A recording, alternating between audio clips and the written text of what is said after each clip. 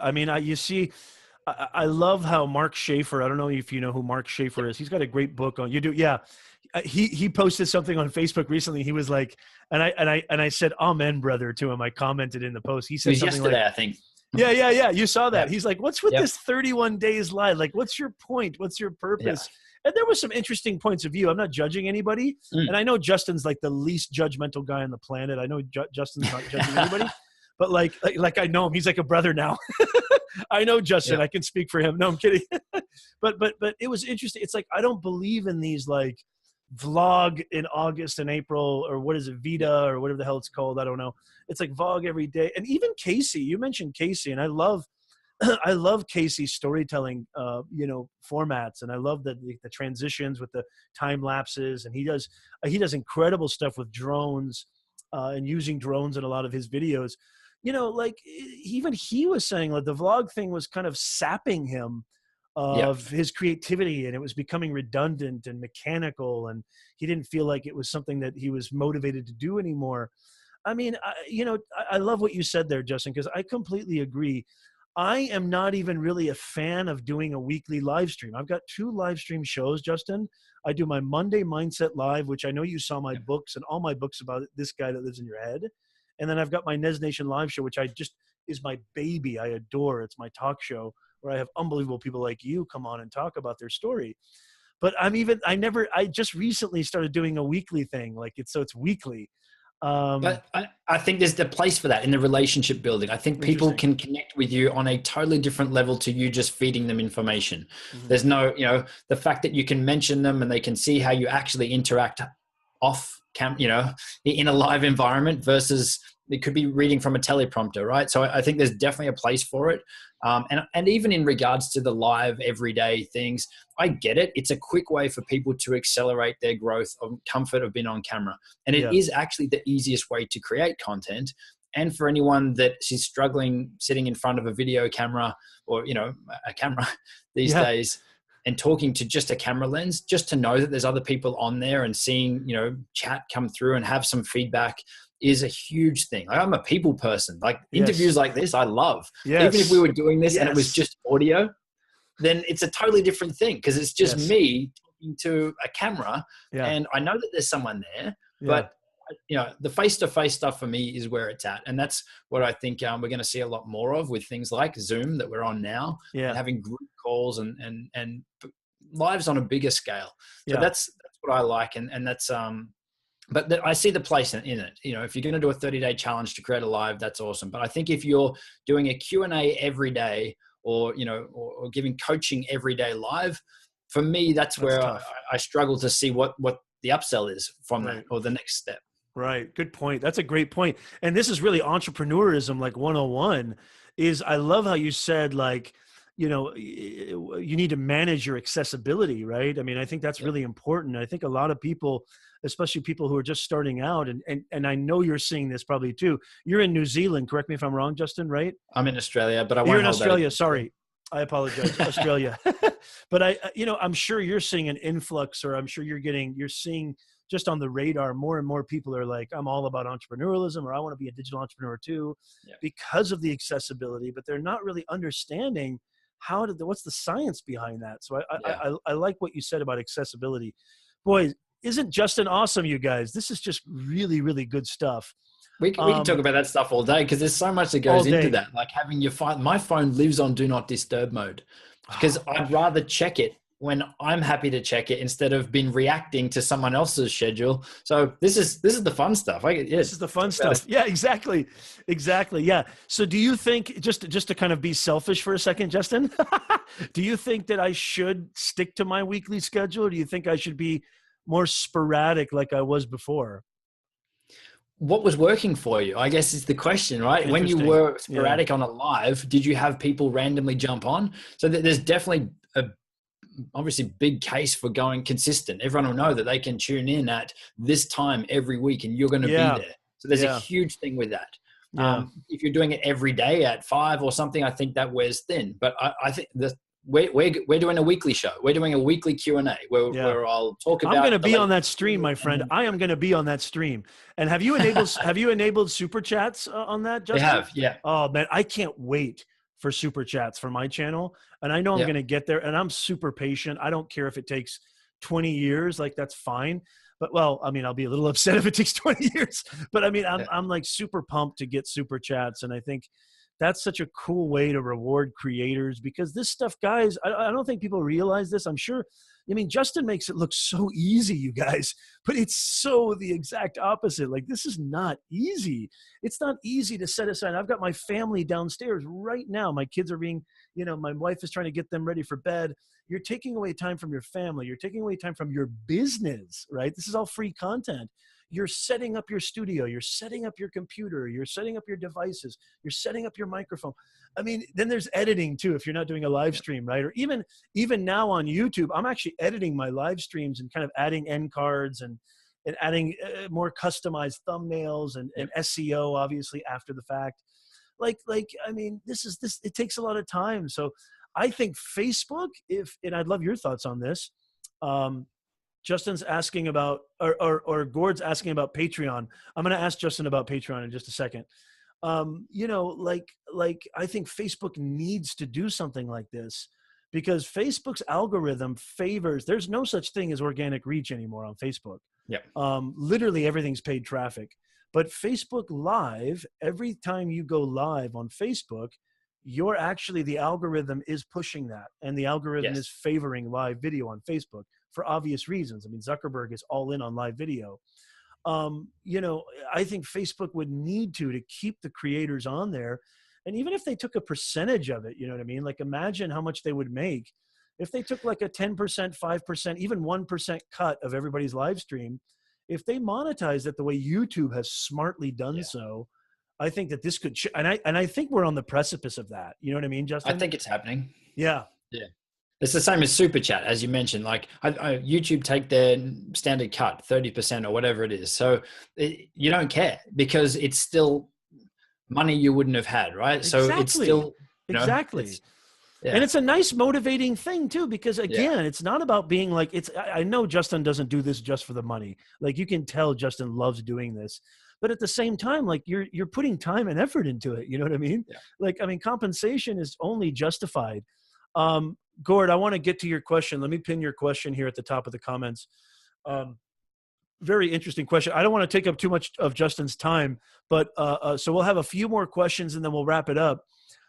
Gord says, are you looking into a membership site or Patreon? How do you see them differently? Now, I talked to Justin before we went live, and he told me a little bit of a background of his membership site and how he's on, correct me if I'm wrong, Justin, Thinkific, correct? We're going to run some courses out on Thinkific, but our actual membership site we've just created in WordPress with a few other plugins. I think you would dominate Patreon. Are you on Patreon? No. Interesting. Is there a reason for that? We looked at Patreon. I think it's an awesome model, and we're pretty much replicating that on our own. So okay, cool. Patreon is an awesome way for people to get, as you said, you know, recognition, financial recognition for their time and for their video content that they're putting out and their help. So I think it is an amazing service. And for anyone that wants to, you know, the next step from the free content on YouTube, Patreon is the obvious choice. Right. Now, there was a lot that went into that for us around Patreon and if we should and if we shouldn't. And we decided that we can offer more for us. I mean, for us to offer more through an actual website. So we can offer mini courses. We can offer like a heap more and have it all controlled in sort of the one, you know, we're calling it the Primal Video Academy. So for us, that's the route that we went. There's really no right or wrong. We haven't tested it yet. So it's more like ownership too, isn't it? Like, you own your own material, you own your own model, right? Yeah. I actually think that's smart. Yeah, you Patreon could change anything at any time. You don't know. Like, it's still a new thing, but it's also there's a lot of people now that are on the platform for good or bad, and you then come into the price points of other people that are on there. So there's like, oh, I could watch this person, and it's only going to cost me this much, or over here I've got someone else at this price point. So by separating yourself from the platform altogether, you don't have that conversation. So there's interesting stuff around it. Yeah, a lot went into our decision to try our own. Yeah, I think that's a great point, and I think people still, and you being an entrepreneur, I know you value your email list. I think that is, I mean, you know, I thankfully, you know, I have my own business PayPal account. I just use PayPal. I have a business PayPal account that I use for my clients. It seems pretty, you know, universal, and I know some people use Stripe and some people use a lot of different kind of products, but, you know, I get to collect all the emails of my clients. And right now I'm running a career coach, Facebook private group, you know, a subscription-based group I'm trying to funnel people into. And I'm also I've got 3 courses, you know, that I've produced in the last year, you know, with writing and job search, and now Livestream. I got a Livestream master course that's launching. So yeah, I think it's so important. And that's where I think I actually need a lot of more redirecting, is to get more of that self-ownership, because that's where you're in control. I think Justin said it best. Guys, you're getting entrepreneurial advice here from an amazing creator. You gotta think of it. And I know some of you have heard this before. Think of it as if you're setting up shop on rented property, right? You're renting that land. And even though Justin's putting a lot of free content on YouTube, I'm sure he's doing amazing things to try to funnel them onto his membership site and his email list, and different types of, you know, avenues, I'm sure. I wanted to ask you, Primal Video. I really like that title. Who came up with that? Was it you or Mike? I'd love to have this really awesome story, but a guy that, so we started as video editing coach because we thought there's a big niche. No one's really there's a heap of people teaching people how to do video or helping people. What a keyword. That sounds like a keyword optimized video editing coach. So we went, okay, well, let's look at it's really niche, or niche it down, and we'll go video editing. We'll help people with that. No one likes to edit. What we found pretty quick was that I don't enjoy making videos on that topic. Like, I can teach it any day of the week, and you know, but doing it consistently was something that, you know, let's talk about the stuff that Mike and I are passionate about, like the tech. Like, this isn't really an office. It's full of gadgets and toys as far as I'm concerned. Let's talk about the phones. Let's talk about, you know, the things that can help people outside of just editing. Editing is just one part of it. So I was sharing an office with Gideon Shalwick, who was in the chat here before. She is, and another guy, Michael Maidens. And Michael had the domain name Primal Video. He's like, I bought this. I didn't know what I was going to do, because he launches documentaries and does product launches. So he's like, I was thinking, and you can have it as long as you promise me that you would do something awesome with it and have some big impact with it. Oh, cool. And okay, we can do that. And then he's like, I've got this vision for you, and you're just helping a heap of people, and it's, you know, the Primal Video way of editing, or the Primal Video, and it was like, it's something that had been sitting there that we were wanting to do, and we're going down that path. But once he sort of just threw it out like that, and you know, I was like, wow, you've pretty much summed it up. So it was so good. That's where the name came from. So. I think I honestly think it's such a great name. I love that name, Justin Brown from Primal Video. I think that just has such a nice ring to it. You know, we were talking, Nez Nation, about my name, Professor Nez, and how it just has that. I mean, me being a writing professor, my students actually came out. I didn't create that name, you know. My actual students, you know, started calling me that because my real last name is Nezafati, and it can be really long and hard to spell. And they just cut it short. Yo, Professor Nez. I used to get that all the time, Justin. Yo, Professor Nez, when's the test? That's awesome. And then Professor Nez, and that sounds way better than Peter Nez. And it stuck, and that's been my kind of brand. But obviously, Justin doesn't have to call me professor. I wanted to ask you, and I know we're, you know, honestly, we usually these shows go. It's funny because Roberto's show went to 2.5 hours, maybe even longer. But we're not going to go that long. Obviously, we've reached the hour mark. I wanted to talk to you about where you get your ideas for videos, and I'll even tell you where I get my ideas for videos, because my channel, in case you don't know, Justin, my channel is mostly about mindset, storytelling, writing, career advice, LinkedIn consulting, self-discovery, self-inquiry, you know, really revolving around kind of the tagline that actually Nick did my channel art for me with Tuber Tools. Nice. And Nick's awesome. And we both know Nick, and Gord knows Nick, and a lot of people know Nick who's watching and on the replay. You know, he came up with the tagline, discover who you are, share your story with the world. That's awesome. You know, and I love your tagline too, of thinking faster, getting better in media faster, which I can't remember your specific tagline, but it was, what is it again, Justin? Your specific, when you do your bumper? Better results with video faster. That's it. Yeah. And I think that's so key, to be concise like that and be succinct. And so Nick just nailed it. And I was like, that's it. Because I was doing in my videos, Justin, I was going, if you want to learn how to get out of your own way, self-discovery, self-investigation, emotional intelligence. By the time I was finished, my bounce rate was like 90%. They're like, this guy never got to the video.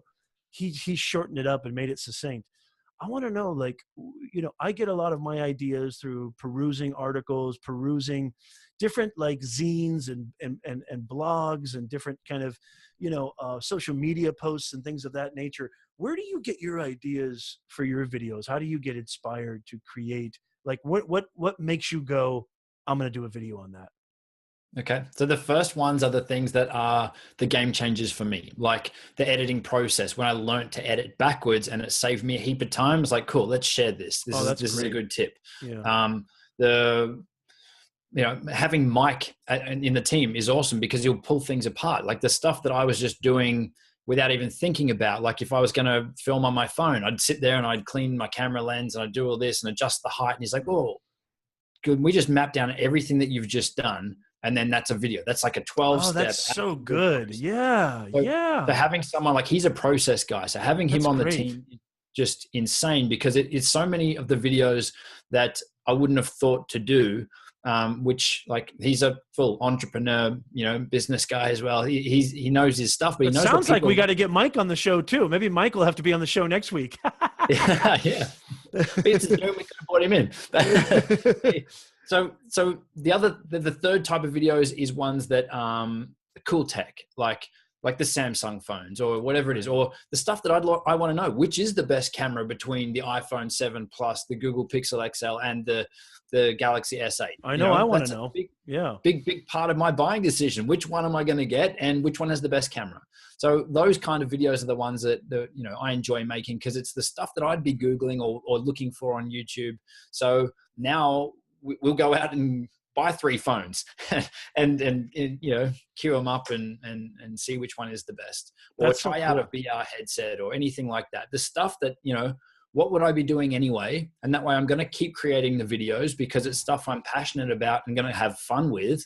You know, the best 360 cameras. I love 360 cameras. I think they're awesome. They change live streaming. You know, I saw I was on your live stream when you were on the beach. I thought that was so cool with the 360 camera. And then you kind of were like, it was so cool because you were walking through. I turned it around. It was cool that it gives the audience their own choice. You give democracy to the audience. And I chose to kind of turn it around.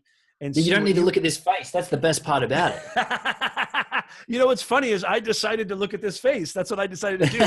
You had the camera focused on the horizon, and I actually turned it around because I wanted to see what's Justin doing. That's so funny that you said that. Yeah. Ironically, I did the opposite. Bikinis and everything. You didn't look at those. You were just watching me. Yeah. Isn't that weird? Don't tell my wife. Okay, that's a little weird. I don't know why I did that. I just did. And it was so cool how you were walking through. You were walking through these different kind of, like, it looked kind of like like you were sort of like a James, you were going in and out of, like, palm trees were passing you, and it was just really cool. We got some, like, we live in a really nice part of the world. I mean, like, we travel a lot, and we're over in the States a lot for work. But where in Australia are you guys, Justin? So I'm on the Sunshine Coast, which is about an hour north of Brisbane, which is north of Sydney. Okay. So cool. on the East Coast, it's all beaches. We were down at the beach this morning. So yeah. Oh, very cool. Those are the things that end up on my Instagram stories. So yeah, it's a nice place to live. Like, it's warm most of the year around. Like, it's winter here and I'm just in a shirt. So.